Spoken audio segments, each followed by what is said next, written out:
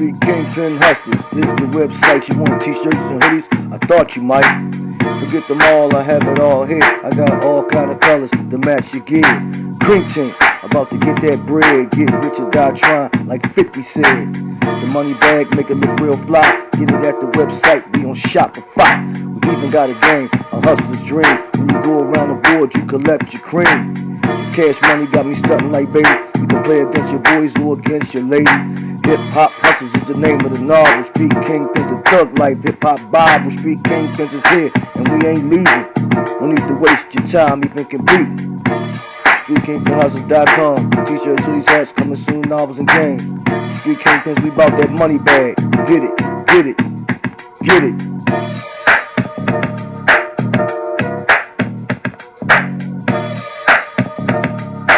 Welcome to Street Kingpin Stories. This show is about Street Queenpin, Peron Roberts, Queen P. It's time to show the Queenpin some love. They was getting to the bag just like the Kingpins was. Peron Roberts was born in 1964 in Huntsville, Alabama. She was the oldest of four. She had 3 younger brothers. She was taller than the other kids at school, so the kids called her Big Bird. She got good grades, but she was to herself. Later, as a teenager, she began to model for JCPenney and Sears, and she entered beauty pageants. Her father was abusive to her mother, and one time, her father shot her 16-year-old brother in the leg, and he threatened to shoot him in the head if he didn't get up. He got locked up, but they dismissed it. Then, one time the father hurt the mother's arm so bad she couldn't work. Then another day, they was fighting again. And PERRION and her brother was tired of seeing him hurting their mother, so her and her brother jumped in. She hit him trying to get him off of her. He shook them off and pulled out a gun. They ran outside and stood behind a big tree. He shot at them, but it was dark, so he couldn't see him. When the father left, they went to a neighbor's house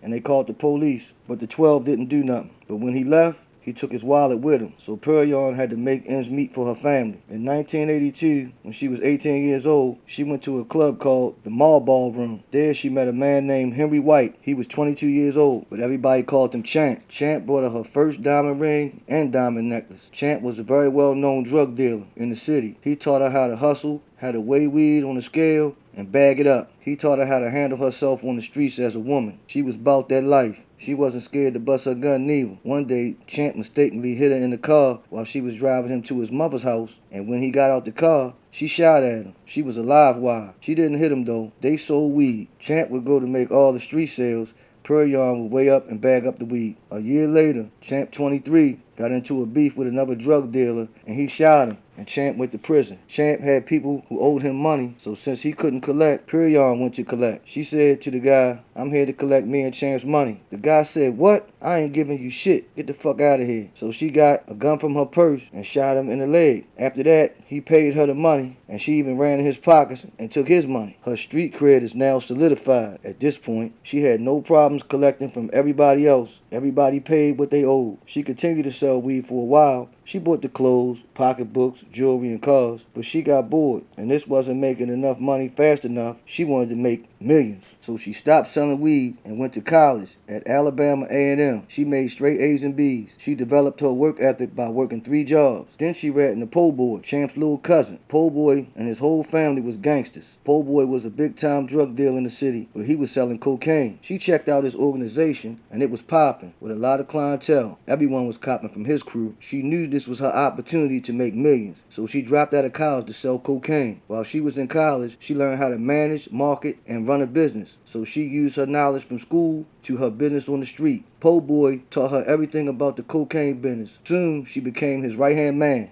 rather his right-hand woman. So she was highly educated with book and street smarts. So she started a cleaning service business to be a front for all the money she and Po' Boy was making. She bought a Jaguar, a Porsche, and a BMW, and several houses and apartments. She took care of her family and a lot of other people's families. She enjoyed helping people. That's who she was. Then, Po' Boy was shot and killed at a Regency hotel over another dope boy's girlfriend. PERRION took his death hard, but she kept going. She went to see his crew, and they were hurting, literally crying on the sidewalk. They didn't know what they was going to do. She told him, "I'll take care of you. What Po' Boy was doing for you, I'm going to do for you now," and vice versa. The crew was in need of a leader, and the leader was in need of a crew. It made dollars, so to them, It definitely made sense. After his funeral, she officially took over Po' Boy's entire operation with a fierce, spontaneous crew with notorious lieutenants Michael White and Kenneth Stevens. Everybody called him Kingpin. Then crack hit Huntsville, Alabama, and the 12 wanted to rope up any major drug dealers selling cocaine. The only information they heard on the street was the letter P. So an undercover cop making a drug buy asked, "Hey, how do you get with P?" The hustler pulled out his gun, pointed at his head, and said, "She's not going to deal with the likes of you." That's when the 12 found out that P was a woman. But still, that's all they knew. Top dog is a woman called P. Later, her family found out she was a queenpin. They didn't know. They all just thought she was running a successful cleaning service business. Her mother and grandmother got her out the game for a while, and then a family friend who was struggling with taking care of her daughter, she went to stay with PERRION. What started off as a temporary thing turned into permanent. So PERRION became her new mother. Her name was Lele. PERRION wanted the best for Lele. She didn't want her to need or want for nothing. So she decided to get back in the game. Over the next 2 years, the 12 tried to infiltrate her circle, but PERRION kept her circle tight, and she never let anyone she didn't know that was in the game around her. They still only knew she was a woman called P. They didn't know her true identity. 12 caught a break though. A snitch told them P was at a Super 8 hotel. PERRION was there to get some rest. Her brother was with her. He left out the room and went down some steps and got to the parking lot, and the 12 popped out from behind cars, pointed guns at him and forced him back up the stairs, pushed his face against the door, and knocked. PERRION seen her brother's face through the peephole, and of course she opened the door. The 12 bust in, and you know how it go. 12 yelling, "Get on your knees, hands on your head, blah blah blah, you already." They only found less than a gram of coke in the room, so they still bagged her for possession. She ended up getting 6 months in the county jail. While she was locked up, all she thought about was how to do it differently so she wouldn't get caught again. When she was released, she became more ruthless. While in jail, she learned more from other criminals. She wanted also to turn it up a notch. One day when she was in Birmingham, she met a Mexican guy. Come to find out, he was the brother of one of the leaders of a cartel. She wouldn't say which cartel. Smart lady, don't tell nothing about the cartel. You already know how they get down. They kill your whole bloodline and the dog. Now, having the cartel as your plug was a game changer. And that would be for any drug trafficker, because they grow the coca leaves, turn it into cocaine by the tons, transport and distribute all over America. PERRION felt like she was Scarface, but she knew the cartel was Sosa. The cartel first supplied the female Tony Montana with a truck of product every 3 months. Then it was a truck every 2 months. Then it was a truck every month. She became the original queen of the South, Queen P. Queen P wears the crown now. She had so much product, she could supply the whole Alabama and different states and cities. She kept herself insulated. Only her distributors knew. Everybody else on any lower level than that never even met her, but they worked for her. They didn't know who she was. The largest shipment she got from the cartel was 150 kilos. She could make $200,000 for each kilo back then. On a slow month, she'd make $2 million a month. So as her money grew, so did her reputation. The name Queen P rang out all over Alabama and further. But Queen P wasn't the only name she had. Like in Birmingham,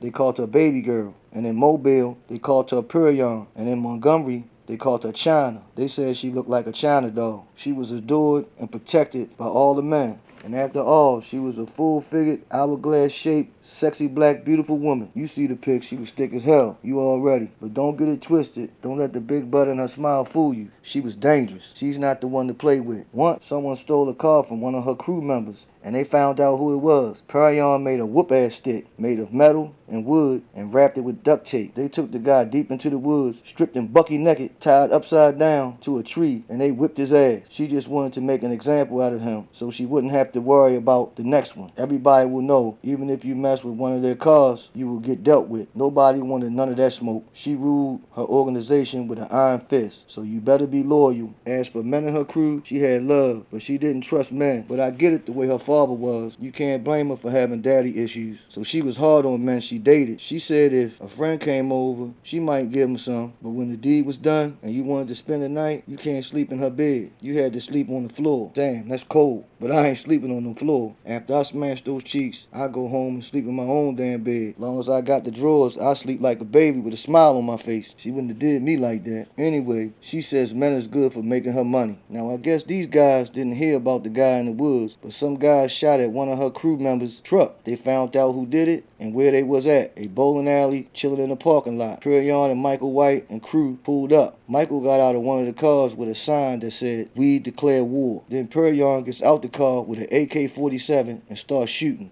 Then everybody starts shooting. Nobody got hit though, but she felt like she made her point. 12 started watching her, following her. If they wasn't the 12, you would call it stalking. But she always stayed 2 steps ahead of them. And the more she eluded the rest, the more they wanted to catch her. She knew when to make her moves. Like if they raided a spot, they would always be too late. She emptied it and shut it down. 12 was always too late, every time. They eventually found out why they couldn't catch her. She had a snitch on the police force. Actually, she had 3 cops on the payroll. They were called bad cops, but to PERRION, they was good cops to her. She liked outsmarting the 12 because she said they always think they're smarter than you. It was a cat and mouse game. She said it was fun to her. Then a crew member named Cornelius Lacey got some work on consignment from some hustlers PERRION knew in Birmingham. She told him never to cross her. She didn't like any form of disloyalty, so they had a big argument. So she ordered him to be beat up, just teach him a lesson. But soon after that, he got shot and killed. His murder was on the Crime Stoppers. People started calling saying she killed him so they can get some money for providing info. The 12 moved in to arrest her in 1993. She was 29 years old. She didn't resist arrest. She was charged with the murder of Cornelius Lacey. Now in Alabama, there's only 2 sentences for capital murder, the death penalty or life without parole. So she was fighting for her life for a crime she didn't commit. She was offered a plea deal of 10 years, but she refused it. During her murder trial, 12 kept lying and her lawyer kept tripping them up. She felt like she was winning. Her defense poked enough holes into witness testimony to cast doubt. Plus, they was able to prove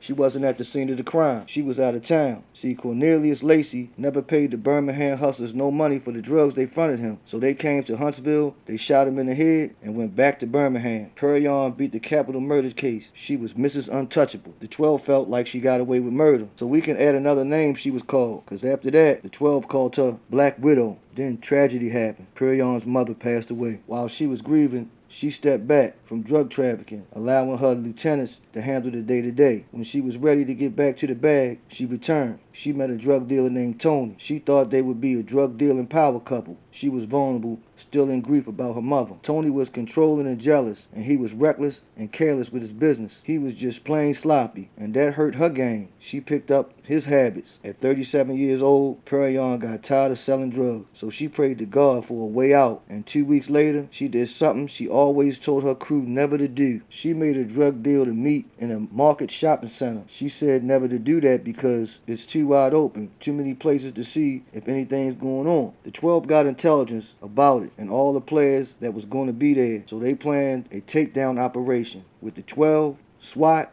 and helicopters. She surrendered. 12 said she looked as exhausted as they was from all the catch me if you can stuff. The 12 was glad to have finally caught her. After the arrest, she never saw Tony again. He probably was the one who snitched anyway. She managed to post bail for $100,000, but her future was still up in the air. While she was awaiting trial, she ran into the police captain who arrested her. She was with her daughter Lele, and he saw her as a mother. They talked for hours. The captain can see that she has changed. She has humbled herself. She's admitted she messed up. She made some bad decisions and made a lot of mistakes. After talking to her, the police captain said, "I believe you're not the same person you were, and I'm going to help you." He went to the DA and offered 5 years split, 8 months. And the DA said, "No, I'm offering 99 years. She ended up taking a plea deal of 21 years for cocaine trafficking. She went to prison March of 2004 at Julia Tutuila Prison in Wetumpka, Alabama. She was 40 years old. She would be released when she was 61 years old. The prison accommodation, she says, wasn't fit for a dog. She could have sat there and rotted or fight for her life. She found a way to claim power in prison. Her job for the state was working in the law library, and there she started learning about the law. She witnessed correctional officers beat a prisoner to death. Guards would also trade sex for favors. Even a 15-year-old girl got pregnant while she was doing her time. PERRION, she wrote the judges, she wrote the Southern Poverty Law, and the feds came to the prison to investigate, and those officers were fired. She became the jailhouse lawyer. She continued filing lawsuits against the prison about the conditions and medical rights. She was determined to help other inmates. Some of them got released from prison, and some of them got their sentences reduced. The warden called her to his office and said, "Are you trying to get me fired?" She said, "No, I'm just trying to get you to do your job." He was like, "When you getting out of here?" Later, he resigned. It got to the point that they didn't want her in prison because the longer she stayed in prison, the more lawsuits she filed. And she had a stack of them. She was running the prison. She was mentoring the inmates. She was a model prisoner. So many people rallied for her to get out. Everyone knew she changed. She wasn't the same person she was. She was an advocate for the other inmates. People wrote letters for her. The police captain, probation officers, and city councilmen. In 2006, after serving just 2 years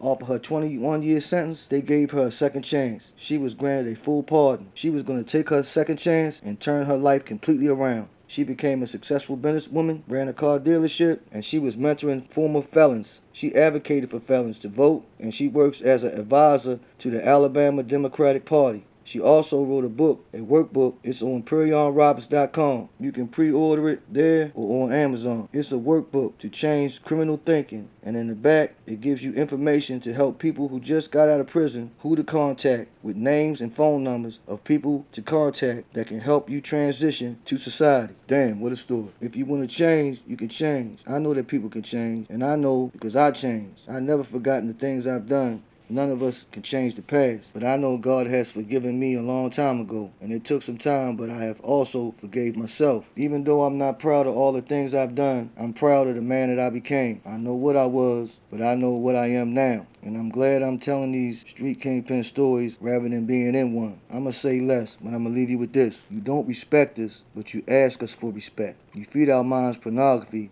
and tell us not to have sex. You advocate alcohol and weed in almost every song. Then you tell us if we use it that we're doing something wrong. You brag about your money, cars, and clothes and ice, but nobody is working towards trying to save our life. We're young and we need guidance, but instead of leading us to a better way, you have taught us hate and violence, and instead led us all astray. Time for me to say this. Street Kingpins doesn't condone drug dealing, crime, or violence. This lifestyle usually ends with prison or death. You can love the streets, just remember, the streets don't love you back. Like, subscribe, and comment. Tell a friend to tell a friend. Thanks for watching.